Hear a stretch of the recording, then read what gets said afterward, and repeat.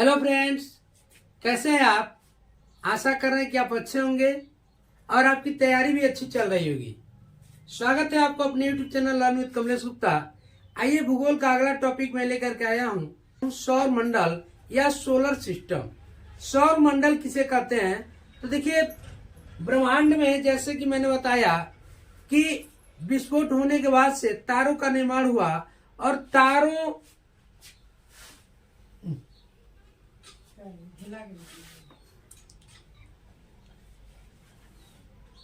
आइए बताते हैं, आइए जानते हैं कि सौर मंडल क्या है, सोलर सिस्टम क्या है। तो सोलर सिस्टम का मतलब है मित्रों कि सूर्य और सूर्य के चारों तरफ यानी उसके परिक्रमा करने वाले ग्रह, उपग्रह, पिंड, खगोलीय पिंड, उल्का पिंड, ये सारी चीजें जो सूर्य के चारों तरफ परिक्रमा करती है, यह सौर मंडल कहलाती है या सौर परिवार या सोलर सिस्टम में हम इसको पढ़ते हैं। अब बात करते हैं उससे पहले कि सूर्य की। तो सूर्य क्या है? सूर्य एक तारा है और सूर्य का हम देखते हैं यह संरचना क्या है, कैसे बना है। तो सूर्य का जो संरचना है वह हीलियम और हाइड्रोजन गैस का मिश्रण है। हीलियम और हाइड्रोजन गैस का मिश्रण है सूर्य। और इसका जो व्यास है यानी यहाँ से लेकर यहाँ तक का जो व्यास है वह 13,90,000 किलोमीटर है ये। और बात करें कि यह इसकी कितनी परतें हैं, कुल 6 परतें हैं। 3 आंतरिक परतें हैं और 3 बाह्य परतें हैं। आंतरिक परतों की बात करें तो आंतरिक परतें हैं आपकी कोर क्षेत्र, विकिरण क्षेत्र, संवहन क्षेत्र। और बाह्य परत की बात करें तो बाह्य परत की बात करते हैं तो 3 परतें हैं, फोटोस्फीयर, क्रोमोस्फीयर और कोरोना। अभी हाल ही में इसी में यहीं पे हमारा भारत का आदित्य L1 लॉन्च किया गया है। आइए अब बात करते हैं सौर मंडल या सौर परिवार के ग्रहों के विषय में। तो आपको पता है होना चाहिए कि कुल ग्रहों की संख्या जो है सौर मंडल में वह है 8। पहले 9 ग्रह थे, लेकिन एक ग्रह को 2006 में 52वां ग्रह घोषित कर दिया गया जिसका नाम था प्लूटो। यानी पूछा जाता है कई बार प्रश्नों में कि किस ग्रह को 52वां ग्रह कर दिया गया या किस ग्रह को हटाया गया। तो उसमें 52वां ग्रह कहा गया प्लूटो को, उसमें 52वां ग्रह कहा गया प्लूटो को। 2006 में उसको ग्रह से के श्रेणी से हटा दिया गया, अब वह 52वां ग्रह के श्रेणी में आ गया। अब देखिए, बात करते हैं कुल 8 जो ग्रह हैं उनको कैसे याद रखेंगे और सूर्य से बढ़ती हुई दूरी के क्रम में सबसे पहले कौन है, उसके बाद कौन है, उसके बाद कौन है। और हम उसके आकार के, उसके द्रव्यमान के आधार पे भी हम देखेंगे कि सबसे छोटा सबसे बड़ा कौन सा ग्रह है। तो आइए देखते हैं, ये है सूर्य और सूर्य के चारों तरफ परिक्रमा करते हैं कौन? ग्रह। यानी हम ये देखते हैं कि सूर्य के चारों तरफ वृत्ताकार, दीर्घ वृत्ताकार क्षेत्र में ये सभी ग्रह क्या करते हैं? परिक्रमा करते हैं। एक करते दो, प्रत्येक जो है ग्रह 2 गति करते हैं, एक परिक्रमण गति और दूसरा कहते हैं घूर्णन गति। यानी परिक्रमण गति का मतलब ये हुआ, यह जो सूर्य के चारों तरफ परिक्रमा लगाते हैं, चक्कर लगाते हैं, इसको परिक्रमण गति कहते हैं। और ये देखते हैं कि ये एक वृत्ताकार क्षेत्र में यानी दीर्घ वृत्ताकार क्षेत्र में ये प्रत्येक ग्रह इसकी परिक्रमा करते हैं। और इसके अनुसार हम देखते हैं, इसके हिसाब से दूरी के अनुसार से कि सबसे नजदीक में कौन सा ग्रह, जैसे मैंने यहाँ बनाया सूर्य, और सूर्य के बाद ये 8 ग्रह हैं। यानी जो पहले वृत्त में जो आएगा वह कौन सा ग्रह होगा? बुध होगा। और दूसरे पे शुक्र होता है, तीसरे वृत्त में आपका पृथ्वी, चौथे वृत्त में मंगल, और चौथे वृत्त में मंगल, 5वें में बृहस्पति, 6ठे में शनि, 7वें में अरुण, 8वें में वरुण।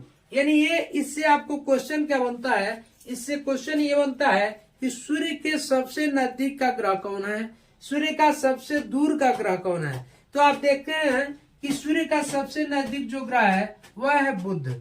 और उसके बाद से देखते हैं उसके बाद से शुक्र है और पृथ्वी की बात आती है। चूंकि हम भूगोल पढ़ेंगे, पृथ्वी का वर्णन करेंगे ही, तो पृथ्वी पूछा जाए पृथ्वी किस नंबर पे है, तो पृथ्वी सूर्य से तीसरे स्थान पे है। सूर्य से दूरी के मामले में तीसरे स्थान पे पृथ्वी है। ये बात किया जाए कि सबसे अधिक दूरी किसकी है या सबसे ज्यादा दूरी पे कौन है, तो उसमें आप देखते हैं कि वरुण है। अब इसको याद कैसे करेंगे, दूरी के अनुसार जब ग्रहों को याद करने का एक ट्रिक मैं आपके बीच में लाया हूं, इसे एकदम याद हो जाएगा। जैसे बसपा में वंश आवा, इसका मतलब यह है कि देखिए पार्टी, राजनीतिक पार्टी, आप बसपा को जानते हैं, ये एक चीज कह रहा है कि बसपा में वंश आवा, यानी इसमें याद रखिए कि ब से बुध, स से शुक्र, पा से पृथ्वी, मे से मंगल और ब से बृहस्पति, वन से और स से शनि, आवा से अ से अरुण और वा से वरुण। ये हो गए आपके कौन, दूरी के हिसाब से ग्रहों का क्रम। अब इसके बाद से देखते हैं कि आकार के अनुसार जो उनके साइज के हिसाब से कौन ग्रह छोटे हैं कौन बड़े हैं। तो सबसे छोटा ग्रह बुध है। अब बुध से देखिए दो प्रश्न बनता है कि सबसे नजदीक का ग्रह कौन है, बुध, सबसे छोटा ग्रह कौन है, बुध, और इसके बाद से दूसरे नंबर पे मंगल, तीसरे पे शुक्र, चौथे पे पृथ्वी, पांचवें पे अरुण, छठे पे वरुण, सातवें पे शनि और आठवें पे बृहस्पति। यानी दो क्वेश्चन आपके बनते हैं कि सबसे छोटा ग्रह बुध, सबसे बड़ा ग्रह बृहस्पति, सबसे नजदीक का ग्रह बुध, सबसे दूर का ग्रह वरुण। इस प्रकार से आपने देखा कि यह ग्रहों की स्थिति। अब ये देखिए ये ग्रह, प्रत्येक ग्रहों का उपग्रह है। मतलब ये कि यह जो ग्रह होते हैं या सूर्य की परिक्रमा करते हैं, और ये सूर्य की परिक्रमा करते हैं, और सूर्य का जो ग्रह और इन ग्रहों का ध्यान समझिएगा, ये होता है कि सूर्य के परिक्रमा ये ग्रह करते हैं और ग्रहों के परिक्रमा इनके वृत्ताकार क्षेत्र में उपग्रह करते हैं। ये उपग्रह इनकी परिक्रमा करते हैं। अब ये जो उपग्रह परिक्रमा करते हैं, तो प्रत्येक ग्रहों का उपग्रहों की संख्या अलग अलग है। कुछ ग्रह हैं जिनके पास उपग्रह है ही नहीं, कुछ ग्रह हैं जिनके पास सबसे ज्यादा ग्रह हैं।